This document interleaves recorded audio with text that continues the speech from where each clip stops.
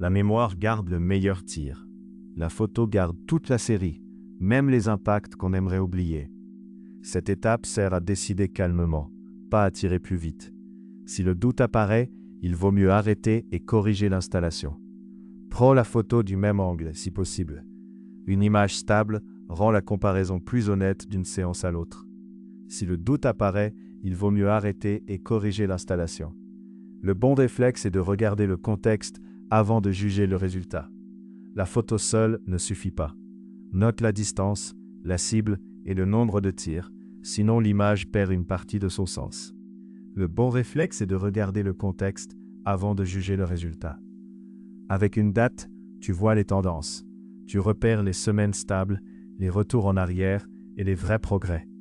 Une petite pause donne souvent plus d'informations qu'une longue série forcée. Garde toute la série dans le cadre.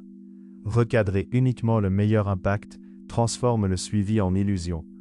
Cette étape sert à décider calmement, pas à tirer plus vite. L'erreur classique, c'est de garder seulement les photos flatteuses. Pour progresser, il faut aussi voir les séries moyennes. Si le doute apparaît, il vaut mieux arrêter et corriger l'installation.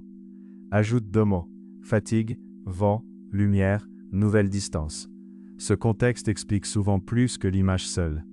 Le bon réflexe est de regarder le contexte avant de juger le résultat. Un avant-après hebdomadaire est plus utile qu'un jugement à chaud.